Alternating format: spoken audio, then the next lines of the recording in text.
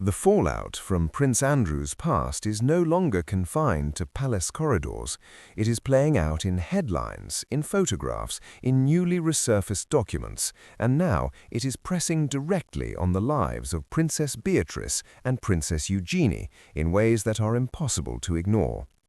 If you're fascinated by the untold stories of the British royal family, the decisions that shape the monarchy, and the complex dynamics behind the crown, then you absolutely need to be subscribed to Crown Desk.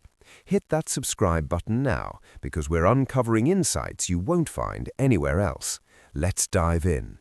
For years, the York sisters have occupied a delicate space within the monarchy, royal by birth, but not senior working members of the institution. They built private careers, they kept a relatively low public profile, they navigated the aftermath of their parents' divorce and the gradual sidelining of their father from official duties. But the shadow never fully disappeared. Prince Andrew's association with Jeffrey Epstein has defined the latter part of his public life. The 2019 Newsnight interview marked a turning point. In 2022, Buckingham Palace confirmed that Andrew would no longer use his HRH style in an official capacity, and that his military affiliations and royal patronages had been removed. The message was unmistakable. The institution was drawing a line. Yet history has a way of resurfacing. Recent releases of U.S. Department of Justice documents tied to Epstein have revived scrutiny around the wider York circle. Emails involving Sarah Ferguson have re-entered the public domain, showing communication between the former Duchess of York and Epstein during a period when he was already a convicted offender. The emails themselves are documented. The tone and interpretation, however, vary widely depending on the outlet reporting them. What this has done is reignite questions not just about Andrew, but about his daughters. According to commentary from royal editor Emily Andrews and other observers, Beatrice and Eugenie have been left deeply distressed by the ongoing scandal. Words like broken, aghast, and embarrassed have been used to describe their state of mind. It is important to underline that these descriptions come from unnamed sources and journalistic interpretation. The sisters themselves have remained silent.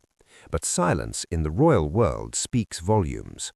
Beatrice, 37, was photographed earlier this year riding horses with her father and her young daughter. The image suggested familiar loyalty, a daughter standing by her father. Eugenie, 35, meanwhile has established much of her life in Portugal with her husband Jack Brooksbank and their children. Some see distance there, others see coincidence.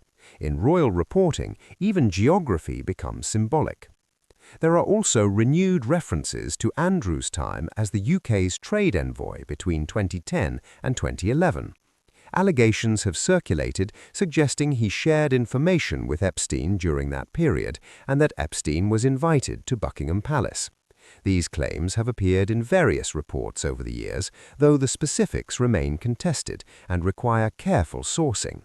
Andrew continues to deny wrongdoing related to his friendship with Epstein.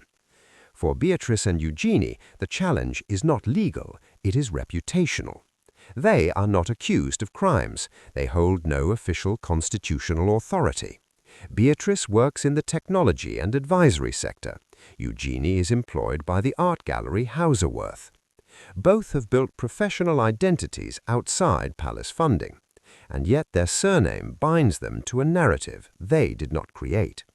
Royal commentator Andrew Lowney has suggested that the sisters may now focus more heavily on their independent business ventures, perhaps reducing visible proximity to their parents. That is analysis, not confirmation. But in a monarchy increasingly defined by risk management, optics matter. The King's reported decision to continue inviting them to family gatherings at Sandringham has also been interpreted as a quiet signal that the York sisters remain part of the family fabric, even as their father's formal standing has been curtailed. There has been no dramatic expulsion, no public reprimand, just the steady recalibration of visibility. This is the reality of the modern monarchy. It moves slowly, deliberately, often without words. What we are witnessing is not a new scandal, but the aftershocks of an old one, a family navigating loyalty, legacy, and public perception in real time. Beatrice and Eugenie stand at a crossroads defined not by their own actions, but by the gravity of their father's past. In the House of Windsor, inheritance is not only about titles, it is about consequence. And for the York sisters, the question now is not whether the past can be erased, it cannot, but how they choose to stand in its shadow while building something beyond it.